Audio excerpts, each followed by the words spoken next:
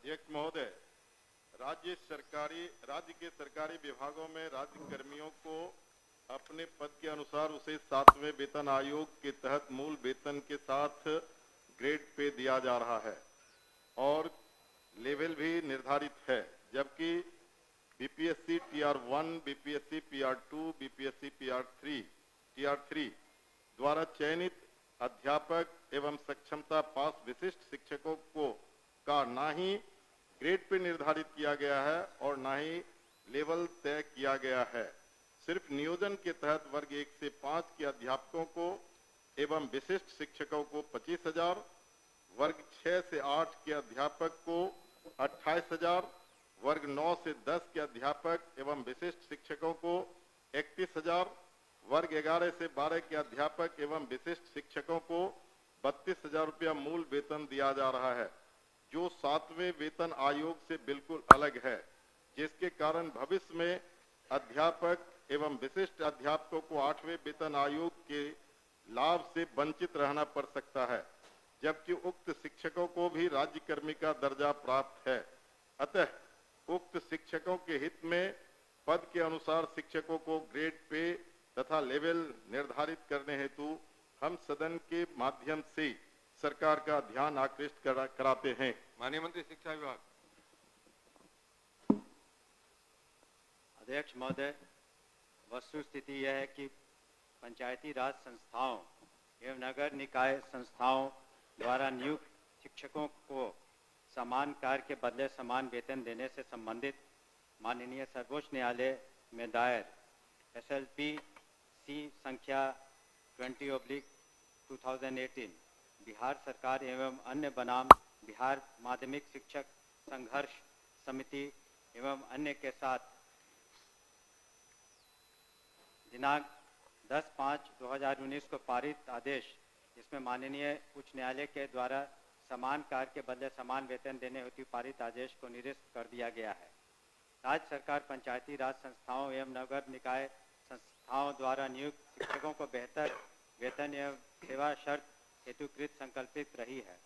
राज्य सरकार ने सहानुभूतिपूर्वक इन शिक्षकों को 1/9/2020 से EPF योजना, जिसमें राज्य सरकार के द्वारा लगभग 5% अंशदान दिया गया है, से आच्छादित करते हुए दिनांक 1/4/2021 से 15% का वेतन वृद्धि किया गया।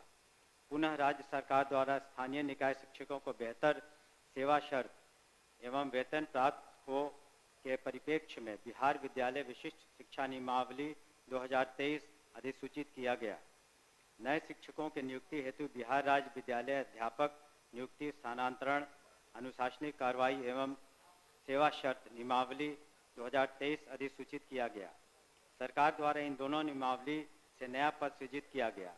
यह पद 7वें वेतन आयोग लागू होने के बाद सृजित किए गए हैं, इसलिए यह पद 7वें वेतन आयोग द्वारा निर्धारित पदों में सम्मिलित नहीं है। सरकार द्वारा सरकार के अन्य बहुत सारे पद सृजित किए जाते हैं जो 7वें वेतन आयोग में सम्मिलित नहीं होते हैं। इन दोनों नियमावली के तहत वर्ग 1 से 5 के शिक्षकों को 25,000, वर्ग 6 से 8 के शिक्षकों को 28,000, वर्ग 9 से 10 के शिक्षकों को 31,000 एवं वर्ग 11 से 12 के शिक्षकों को 25,000 प्रारंभिक वेतन निर्धारित करते हुए पे मैट्रिक्स का निर्धारण किया गया। उक्त नियमावली के तहत शिक्षकों को बेहतर प्रोन्नति का लाभ दिया गया। अगले संभावित जो वेतन आयोग 8वां वेतन आयोग में ये शिक्षा विभाग द्वारा इन विद्यालय अध्यापकों एवं विशिष्ट शिक्षकों के वेतन मान को उचित स्तर पर निर्धारित करने हेतु वित्त विभाग को अनुशंसित किया जाएगा। महोदय, मैं पूरे वक्तव्य को मैं सुना। सरकार बीपीएससी का एग्जामिनेशन लेकर के सरकार ने घोषणा किया कि वो राज्यकर्मी होंगे। दूसरी बात की सरकार ने ही घोषणा किया कि सक्षमता परीक्षा पास जो कर जाएंगे शिक्षक वो राज्यकर्मी होंगे। तो जब राज्यकर्मी होंगे तब फिर क्या औचित्य है कि आप उसको 7वें वेतन के लाभ से अलग रखेंगे, उस श्रेणी में नहीं रखेंगे? क्यों उसको राज्यकर्मी का दर्जा देते हुए और राज्यकर्मी की घोषणा करते हुए उस लाभ से सरकार क्यों वंचित रखना चाहती है, ये मैं जानना चाहता हूं। माननीय मंत्री। अध्यक्ष महोदय, इसमें जो विचार विमर्श किया गया वित्त विभाग से, ऐसी बात नहीं है कि सहानुभूति तो पूरी रखी गई। एक और आंकड़ा मैं पढ़ना चाहूँगा सदन के सामने। वर्ष 2003 में जो नियुक्त प्रशिक्षित शिक्षा मित्र थे, प्रारंभ में उनका नियत वेतन प्रति माह था 1500, जो वर्तमान सकल वेतन प्रति माह हो गया 31,340। वर्ष 2006 में नियुक्त पंचायत प्रखंड नगर शिक्षक थे 5000, उनका वर्तमान सकल वेतन प्रति माह हो गया 29,410। वर्ष 2010 में नियुक्त पंचायत प्रखंड नगर शिक्षक 7000 था वेतनमान, तो उनका हो गया आज के दिन में 29,410। वर्ष 2013 में नियुक्त पंचायत प्रखंड नगर शिक्षक 10,000 थे, उनका आज के दिन में 29,410 सकल वेतन प्रति माह हुआ।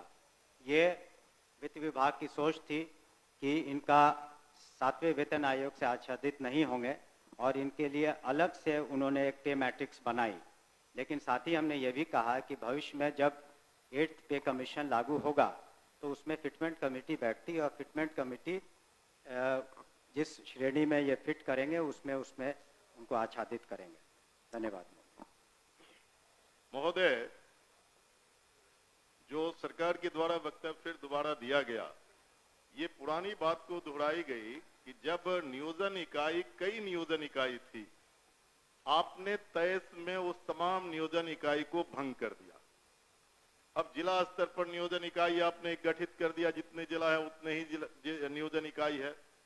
और आपने, आपके फैसले से सरकार ने फैसला लिया कि अब तमाम जो पहली प्रक्रिया थी उसको हम समाप्त करते हैं और बीपीएससी से एग्जामिनेशन लेकर के हम शिक्षक को बहाल करेंगे और वो राज्यकर्मी होंगे। दूसरा, इस सरकार से हम लोग बात कर रहे थे कि जो पुराने तरीके से पंचायत से, प्रखंड से, जिला परिषद से जिन शिक्षकों को नियोजित किया गया उनको आप सरकारी कर्मी घोषित कीजिए। सरकार ने एक फैसला लिया, सक्षमता परीक्षा जो पास करेगा वो सरकारी कर्मी होंगे। तो सवाल उठता है कि सरकारी कर्मी वो सिर्फ स्कूल में नहीं पढ़ाते हैं, उनसे आप चुनाव में बूथ पर भेजते हैं, उनसे आप जो है सो बीएलओ बनाते हैं, उनको कई तरह का सवाल करते हैं।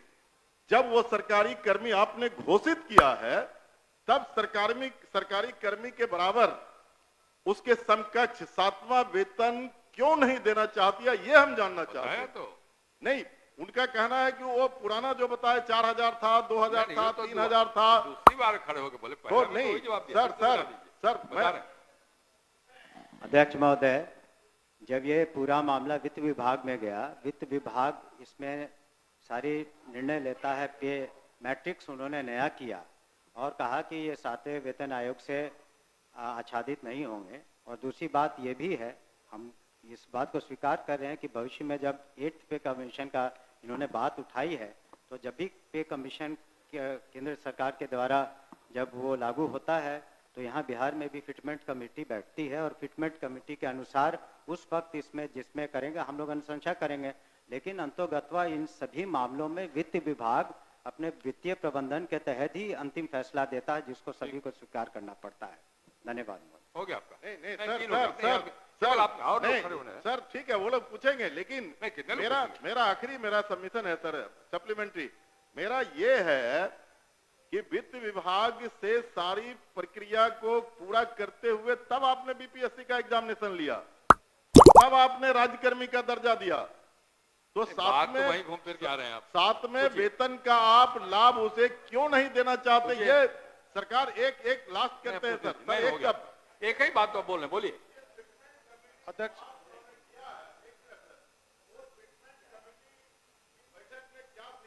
इन मुद्दों को रखा जाएगा, कह तो रहे। हमने तो कहा ही कि जब 8th कमीशन का जो उसमें फाइंडिंग्स आएंगी, तब बिहार में जब फिटमेंट कमेटी होगी तो अलग अलग विभाग का उसमें टेकअप किया जाता है, तो उस वक्त विचार किया जाएगा निश्चित रूप से। धन्यवाद। ओके। अध्यक्ष महोदय, वर्ष 2023 में नियोजित शिक्षकों को महागठबंधन की सरकार में राज्य कर्मी का दर्जा दिया गया था महोदय। और ध्यान आकर्षण जो शिक्षकों के हित में उनके पद के अनुसार ग्रेड पे और उनका लेवल जो तय करना है वो सरकार कब तक देने का विचार रखती है, यदि राजेश जी, देने का विचार राजेश जी, रखती है तो कब तक, नहीं तो क्यों? पूछिए, एक ही बात हो रही है। आपके माध्यम से मैं शॉर्ट में 2 पूरक पूछना चाहता हूं। क्या सरकार को ग्रेड पे निर्धारण करने में आर्थिक बोझ आ रही है, और यदि ये आर्थिक बोझ आ रही है तो सरकार बतावे कि कितने की आर्थिक बोझ आ रही है, तब जो है वो इनको करने में क्या कठिनाई आ रही है आर्थिक बोझ आने में। ये मेरा सवाल है। बैठिए, और कोई पूछने वाले नहीं ना है? चलिए आप बताइए।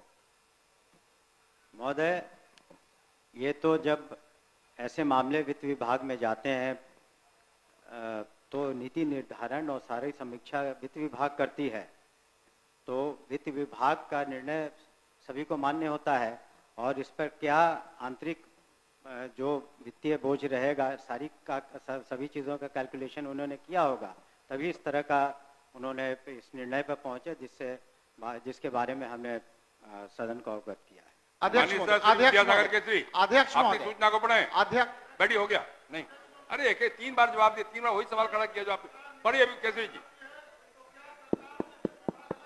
केसरी जी बोलिए।